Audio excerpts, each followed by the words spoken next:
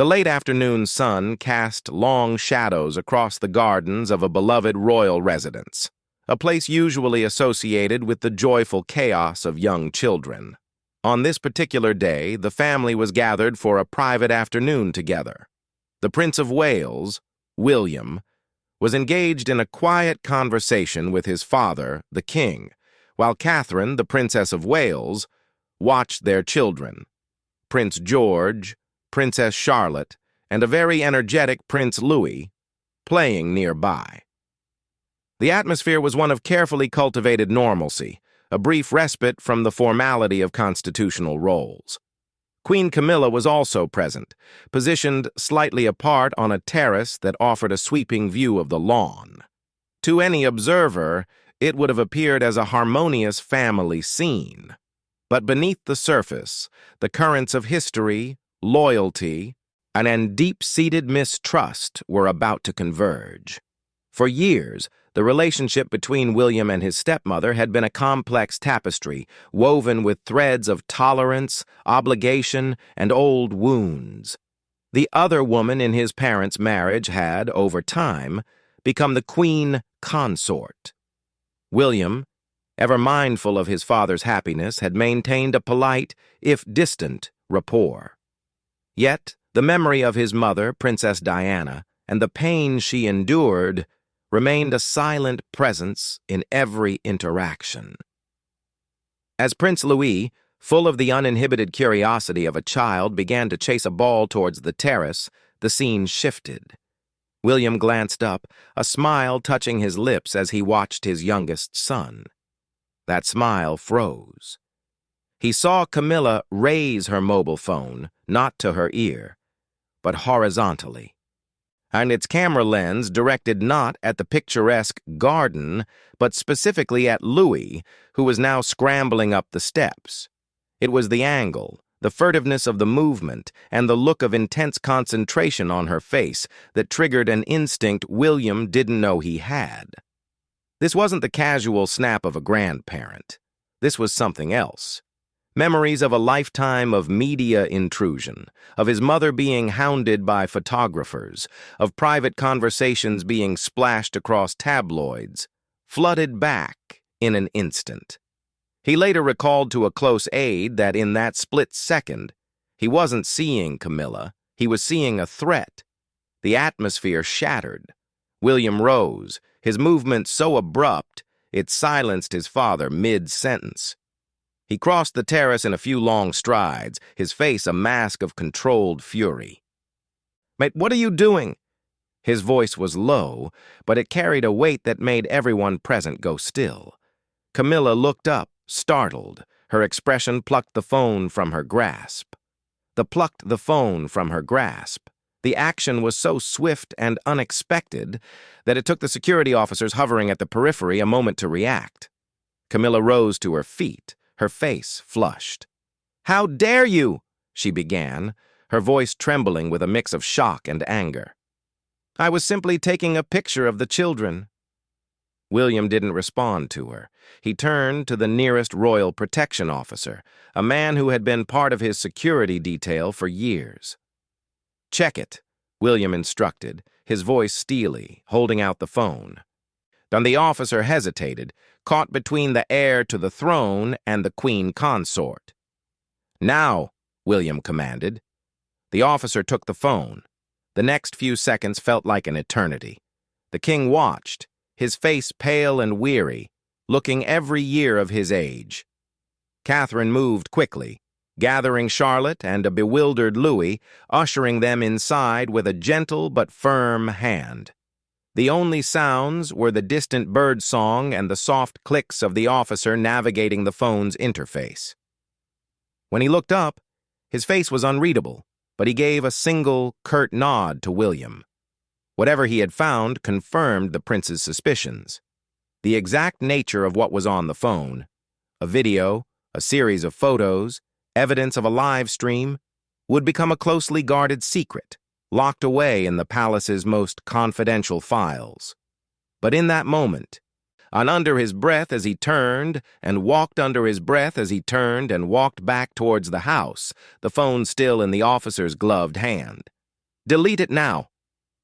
In the days that followed the confrontation on the terrace, the royal residences of Clarence House and Kensington Palace became silos of whispered conversations and slammed doors.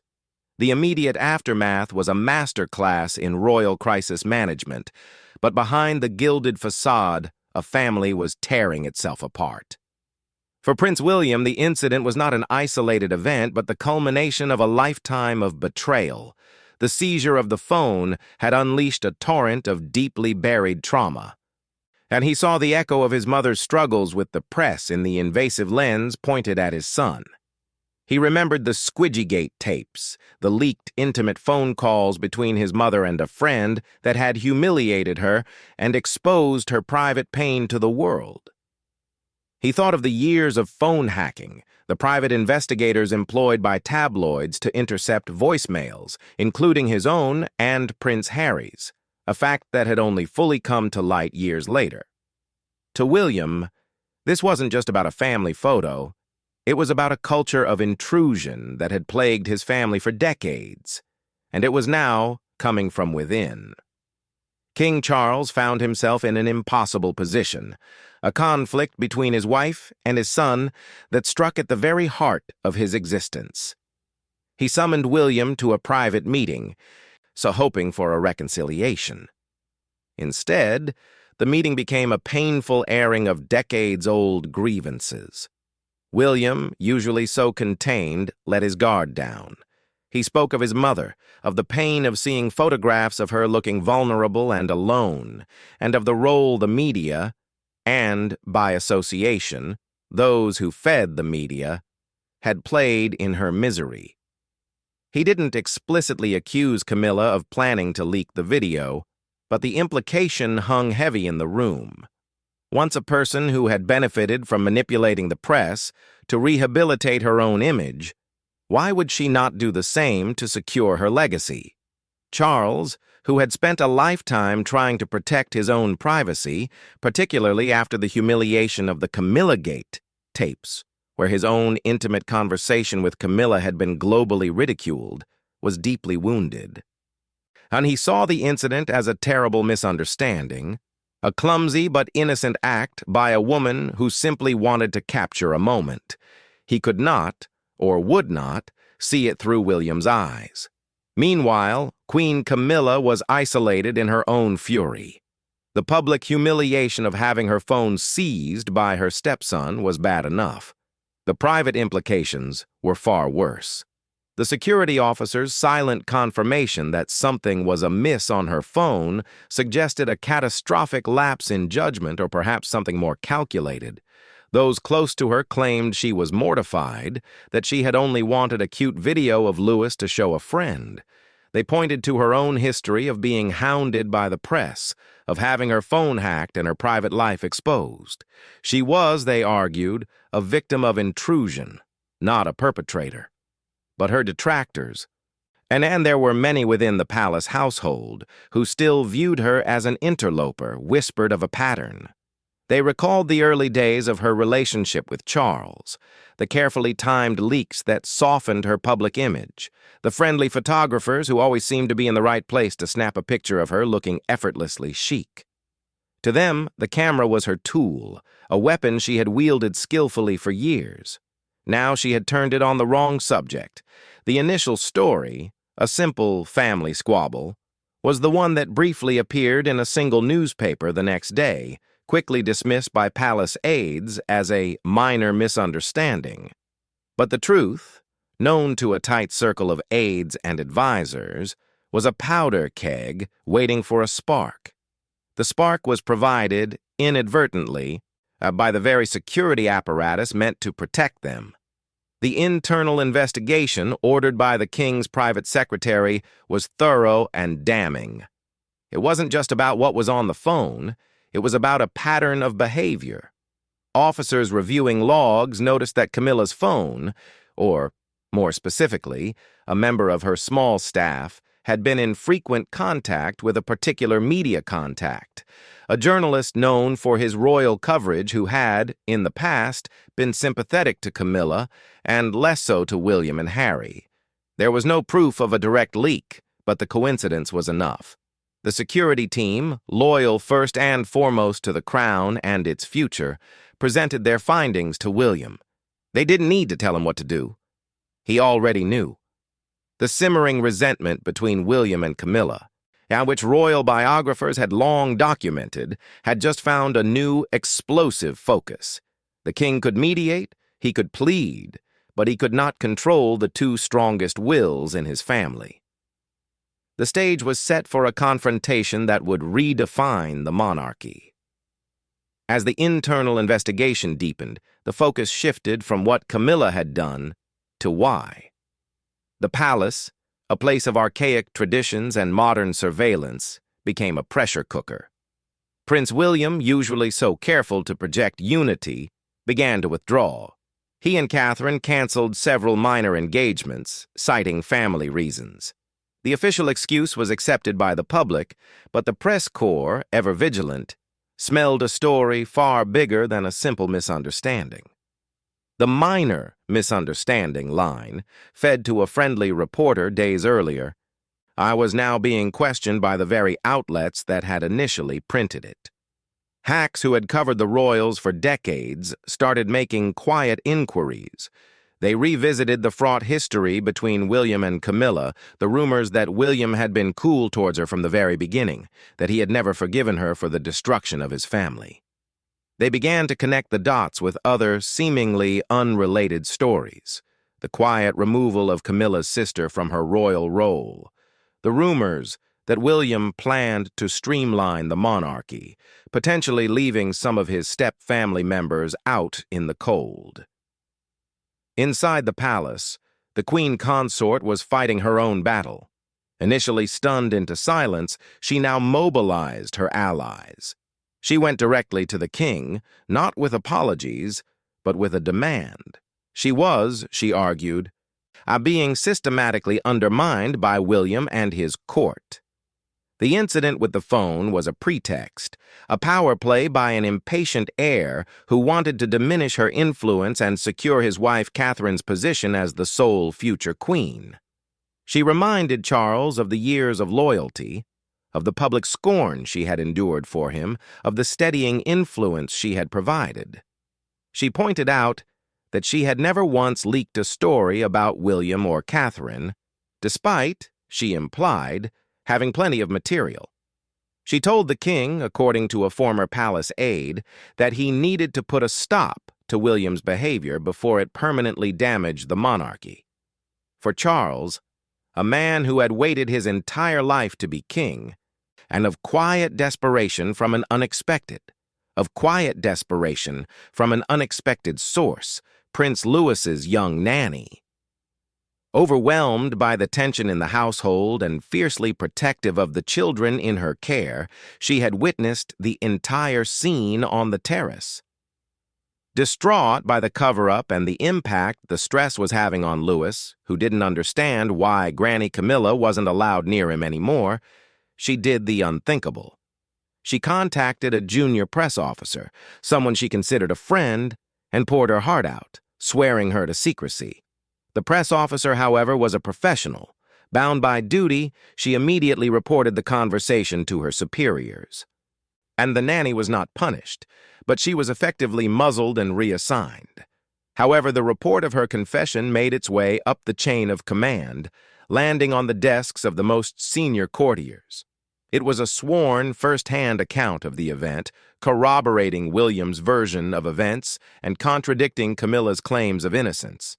It mentioned the furtive look, the angle of the phone, and William's immediate visceral reaction. This document was the smoking gun. Now the conflict was no longer a family secret. It was a documented, undeniable fact, known to a handful of the most powerful people in the royal household. The king was presented with the evidence. He could no longer pretend it was a misunderstanding. The choice before him was stark. Publicly back his son, the future of the monarchy, then and admit that his wife had acted with a staggering lack of judgment, or stand by Camilla and risk alienating William forever, potentially destabilizing the crown for a generation. He chose a third, heartbreaking path: silence. He instructed that the report be sealed and that all parties involved be reminded, in the strongest possible terms, of their duty of loyalty and discretion. He would not choose. He would simply try to contain it, hoping the storm would pass. But his silence was, in itself, a choice. And it was one that William would never forget. The king's failure to unequivocally defend his son was a wound that would fester, a confirmation of William's deepest fear, that his father's loyalty would always ultimately lie with the woman he loved, not with the sons he had with the woman he had lost. And the months that followed the infamous incident were a study in controlled chaos. To the outside world, the royal family presented a united front. They appeared together at the annual Christmas Day church service, walked side by side at the Commonwealth Day service, and smiled for the cameras at Balmoral. But the smiles never reached their eyes. The photographs, scrutinized by body language experts and royal watchers, revealed a new, unbridgeable chasm. William and Camilla were never seen speaking. They stood apart. When protocol forced them together, William's posture was rigid, his gaze fixed on a point in the distance, as if she simply wasn't there. Catherine became the primary buffer, her easy social grace the only thing preventing the silences from becoming openly hostile. She would engage Camilla in polite conversation, so drawing the sting from the situation, but even she, with her legendary patience, found the task increasingly thankless. For Prince Louis, the consequences were the most profound, though he was too young to understand why. The spontaneous joy of family gatherings was replaced by a new, rigid structure. His parents became hyper-vigilant whenever Camilla was near. Playful moments were now staged, occurring only when Camilla was absent or when the official photographers were present, creating a false narrative of happiness for the public. The carefree boy who had chased a ball across the terrace was now subtly guided away from his step-grandmother, a quiet instruction from a parent or a protective nanny steering him in a different direction. The incident had stolen something precious from him, the simple, unguarded trust of family. And it was a loss that mirrored his father's own childhood, a cruel echo of the guarded, watchful life William had been forced to lead after his parents' separation. The cycle of royal childhood trauma, it seemed, was repeating itself. The final act of this drama played out not in a palace, but in a discreet London hotel suite, where Prince William met with a trusted advisor who had served his mother. The conversation was long, emotional, and brutally honest. William spoke of his duty, not just to the crown, but to his children. He could not, he said, allow them to grow up in an environment where their privacy and safety were compromised, even by someone within the family. He spoke of the sealed report, the one his father had buried. He knew its contents. He knew that his instincts on that terrace had been right. And he knew that the system, "Our family will be safe. My children will be family will be safe. My children will be protected. And the lines between public duty and private lives will be drawn. Permanently." The advisor, who had seen so much in her years of service, simply nodded. She knew she was witnessing the forging of a future king, a man shaped not just by his love for his mother, but by his determination to prevent her fate from befalling his own children. In the end, the story of the phone was never officially told. No public apology was issued. No one was punished.